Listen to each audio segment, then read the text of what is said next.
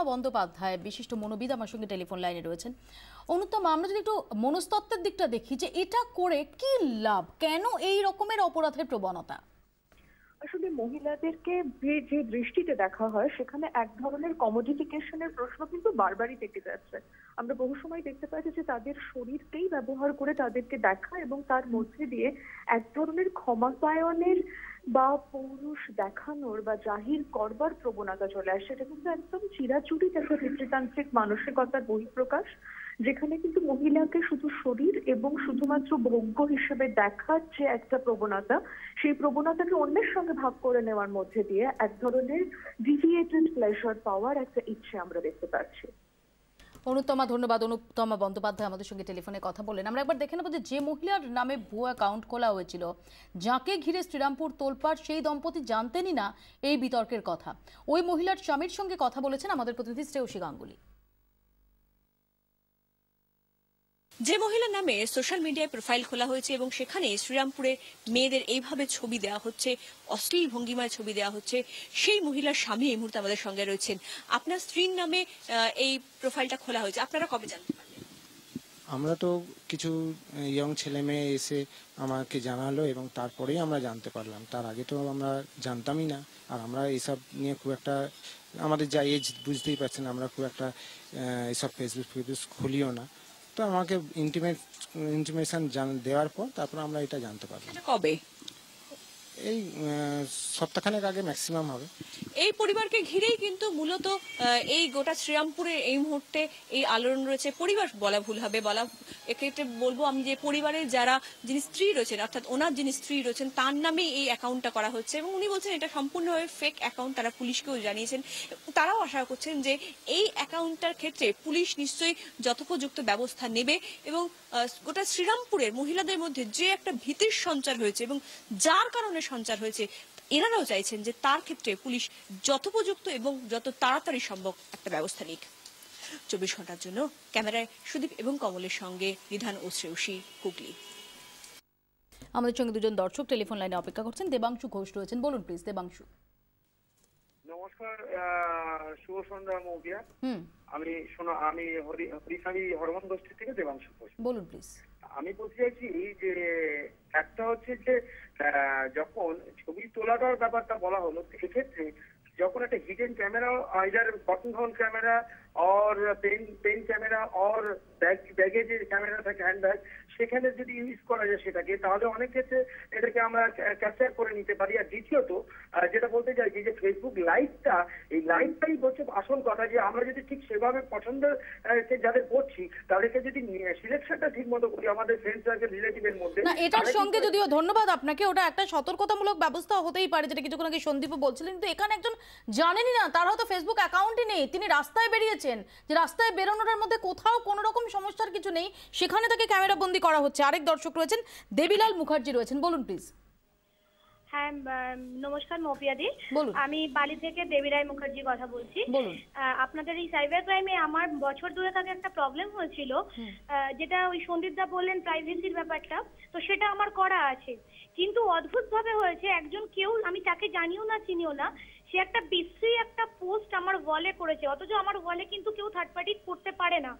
তো আমি দেখতে পাচ্ছি না পোস্টটাকে, আমি দেখতে পাচ্ছি না, কিন্তু আমার ফ্রেন্ডরা বলছে যে দেবী তোমার ইয়েতে এরকম একটা বিশ্রী পোস্ট। ধন্যবাদ, আমি জানার চেষ্টা করব সন্দীপের কাছে। আমি তার আগে একটুখানি অনিল বাবুর কাছে আসি। যে অনিল বাবু, অনুত্তমার সঙ্গে আমরা কথা বললাম, কোথাও কি এই অপরাধটার একটা খুব সামাজিক প্রেক্ষাপটও নেই? যে ফেসবুক বা সাইবার ক্রাইম অপরাধ যেটা, সেটাতে আমরা দেখি যে একজন মহিলাকে খুব সহজে চরিত্র হনন করা যায় যদি তার নামে কিছু অশ্লীল পোস্ট দিয়ে দেওয়া যায় বা তার ছবি কোনোভাবে মর্ফ করা যায়। অর্থাৎ একটা সোশ্যাল ব্যাকগ্রাউন্ডও কি আছে? এগুলো হচ্ছে মানসিক বিকৃতি। এগুলো একটা লোকের সম্বন্ধে, একজন মহিলার সম্বন্ধে আমি এইভাবে করব, এটা আমার তো মনে হয় এটা মানসিক বিকৃতি থেকে এগুলো করে। তবে একটা সুবিধা আছে, একটা ভালো জিনিস, যে এই ধরনের ক্রাইম টেকনোলজি যেমন বাড়ছে, ক্রিমিনাল প্যাটার্নটা বাড়ছে, পুলিশও কিন্তু সেই তুলনায় নিজেদের উন্নত করছে এবং এর ফলে এগুলো ডিটেক্ট করা যাচ্ছে, যেটা আমাদের সন্দীপবাবু বললেন। এবং রাজ্য পুলিশে সিআইডিএ বেশ কিছু লোক রেখেছেন যারা এক্সপার্ট এসব ব্যাপারে, কলকাতা পুলিশেরও আছে, বেশ কিছু অফিসার এখন এসব ব্যাপারে যথেষ্ট দক্ষ, তারা এগুলো করবেন। তবে টেকনোলজি যে জিনিসটা, যে সেটা সন্দীপবাবু যেটা বলে দিলেন এগুলো খুবই ভালো, আগে থেকে ডিলিট না করে ও সোজা গিয়ে থানায়। আমি আসবো আপনার কাছে। আমি সন্দীপের কাছে খুব সংক্ষেপে, এক দর্শকের প্রশ্ন ছিল দেবী রায় মুখার্জির, যে সে দেখতে পাচ্ছে না অথচ তার প্রোফাইলে একটা অশ্লীল পোস্ট। এইটা যেটা করেছে সেটা হলো আপনাকে কোনো কারণে একটা ভিডিও বা লিঙ্ক হয়তো আপনি কোথাও দেখেছেন, যেটা ক্লিক করেছেন, ওইটা আপনার ওয়ালে ছড়িয়ে যাচ্ছে। যখনই কোনো ভিডিও বা লিঙ্ক দেখবেন হয়তো খুব মনে হচ্ছে কোনো প্রবলেমই নেই, একটা এমন ভিডিও পাঠাবে যেটা আপনার মনে হবে যে গতকালকে কি ঘটেছে শ্রীরামপুরে, মানে এটা একটা মাইন্ড গেম খেলছে। যে মুহূর্তে ওই ভিডিও বা লিঙ্কের উপর ক্লিক করবেন ওটা কিন্তু একটা স্ক্রিপ্ট লেখা আছে, আপনার সমস্ত ওয়াল বা যেখানে যেখানে আপনার গ্রুপে আছেন বা পেজে আছেন সব জায়গায় ছড়িয়ে যাবে। এরকম হতে পারে যে আপনি দেখতে পাচ্ছেন না কিন্তু আপনার ওয়ালে অন্যরা দেখতে পাচ্ছে। আমি আসবো, দুজন দর্শক রয়েছেন, স্বপন ঘোষ রয়েছেন, বলুন প্লিজ। নমস্কার, আমি হাওড়া রান্দুল থেকে স্বপন ঘোষ বলছি। বলুন সংক্ষেপে এই যে সাইবার ক্রাইমটা, এইটা কোনো ব্যক্তি বিশেষ বা নারী বিশেষের অপমান অসম্মান নয়, এটা আমাদের সামাজিক। সেই জন্য অ্যাবসলিউটলি ধন্যবাদ আপনাকে। আরেক দর্শক রয়েছেন আমাদের সঙ্গে, গৌতম রায়, বলুন প্লিজ। হ্যাঁ মৌপিয়া, আমি হৃদয়পুর বারাসাত থেকে বলছি, গৌতম রায়। হ্যাঁ, অনুষ্ঠানটা একটা ঘটনার পরিপ্রেক্ষিতে আপনারা করছেন ঠিকই, এবং আপনাদের সাধুবাদ জানাই, কারণ আমাদের বাড়িতে সংক্ষেপে যদি বক্তব্যটা রাখেন প্লিজ। অনুষ্ঠানের মাধ্যমে আমরা কিছুটা সতর্ক হয়ে গেলাম। আর একটা সাজেশন রয়েছে আমার, বলুন। সেটা হচ্ছে এই যে ফেসবুক বা ইমেল যে অ্যাকাউন্ট গুলো খোলা হয়, আমরা আপনি ব্যাংকে অ্যাকাউন্ট খুলতে গেলে আমাদের বিভিন্ন রকম ডকুমেন্টস নেওয়া হয়, সাপোর্টিং ডকুমেন্টস, আধার কার্ড হোক, প্যান কার্ড হোক। আমি আপনার প্রশ্নটা বুঝতে পেরেছি, দীর্ঘায়িত করলাম না, ধন্যবাদ। যে সত্যি সত্যি অথেন্টিকেশনের প্রসেসটা থাকে না। আমি এই প্রসঙ্গে সন্দীপের কাছে আসবো, তার আগে আমি চলে যাব ওই ছাত্রীর কাছে, যে এই অবস্থায় দাঁড়িয়ে তুমি কি চাও এবং কতটা আশ্বস্ত? তুমি কি আশা করছো যে যারা এর পেছনে রয়েছে তাদের বিরুদ্ধে যথাযথ ব্যবস্থা হবে? যতদূর যা করা হয়েছে, পুলিশ প্রশাসনের কাছে গিয়ে কমপ্লেন করা হয়েছে, আপাতত আশা তো আছে যে তারা কোনো রকম সলিউশন বের করবে। শোনা যাচ্ছে যে কিছু কার্যকারিতা হচ্ছে এফআইআর করা নিয়ে, সেটা বুঝতে পারছি। পুলিশ প্রশাসনের কাছে এটাই দাবি যে এরকম অপরাধ যাতে আর না হয় সেই দিকটা দেখা। তো এই যে এখন রাস্তাঘাটে বেরোতে কোথাও কি খুব অস্বস্তি হচ্ছে? অনেকেই রাস্তাঘাটে বেরোচ্ছেন না, আমরা এটা শুনছি যে এতটাই আতঙ্ক ছড়িয়েছে যে কাজ ছাড়া তারা বাইরে বেরোতেও ভয় পাচ্ছেন। হ্যাঁ নিশ্চয়ই, কেউ যদি আপনার অজান্তে ছবি তুলে পিকচার পোস্ট করে, আপনি যদি সেটা লোকের মুখে জানতে পারেন, সেটা তো একদমই ভালো না। আর সবসময় তো অ্যালার্ট থাকতে হবেই, আর থাকতে হচ্ছে। এখন তো আমি ছাত্রী, পড়তে যেতেও ভয় লাগছে যে সবসময় গার্জেনদের নিয়ে যেতে হবে, বা কাউকে যদি আমি দেখতে পাই তখন তো সেটা তো খুব বাজে। আমি আসবো তোমার কাছে। আমি সন্দীপের কাছে খুব ভাইটাল একটা প্রশ্ন এক দর্শক তুলেছেন, যে ফেসবুকে আমি যদি একটা অ্যাকাউন্ট খুলতে চাই, আমার পরিচয় অথেন্টিকেশনের কোনো জায়গা নেই, আমি যে কোনো নাম্বার যদি আমার থাকে আমি সেই নাম্বার দিয়ে সেটা খুলে নিতে পারি, যে কোনো পরিচয়। এই জায়গাটাকে কিভাবে আটকানো যায়? জিমেল আর ফেসবুক যেটা এখন করছে, প্রোফাইল খুলতে গেলে মোবাইল নাম্বার চাইছে। তো মোবাইল নাম্বারটা যদি দিয়ে দেয় আর কেউ যদি কোনো ফেক প্রোফাইল খোলে, এখন ফেসবুকের সঙ্গে আমাদের টাই আপ আছে এই ল এনফোর্সমেন্টের, ওই প্রোফাইলটার লিঙ্কটা পাঠিয়ে দিলেই ফেসবুক বলে দেয় যে ওর পেছনে কোন মোবাইল নাম্বার আছে। মোবাইল নাম্বার পেয়ে গেলে সে লোকটাকে ধরা কোনো ব্যাপারই না। আর এছাড়া আইপি অ্যাড্রেসটাও বলে দেয়। আইপি অ্যাড্রেস পেলে যখন সার্ভিস প্রোভাইডার কাছে যাওয়া হয়, ইন্টারনেট যে দিচ্ছেন যিনি, তো সেইখানটায় গেলে কিন্তু উনি বলে দেবেন যে ওই আইপি অ্যাড্রেস এক্স্যাক্টলি কোন বাড়ির লোক ইউজ করেছেন, তো বাড়ির ফিজিক্যাল অ্যাড্রেসটাও পাওয়া যায়। কিন্তু এই জিনিসগুলো আমার একটা নাম্বার আমি বলে দিচ্ছি, এই নাম্বারটা হচ্ছে 8017100100, 8017100100।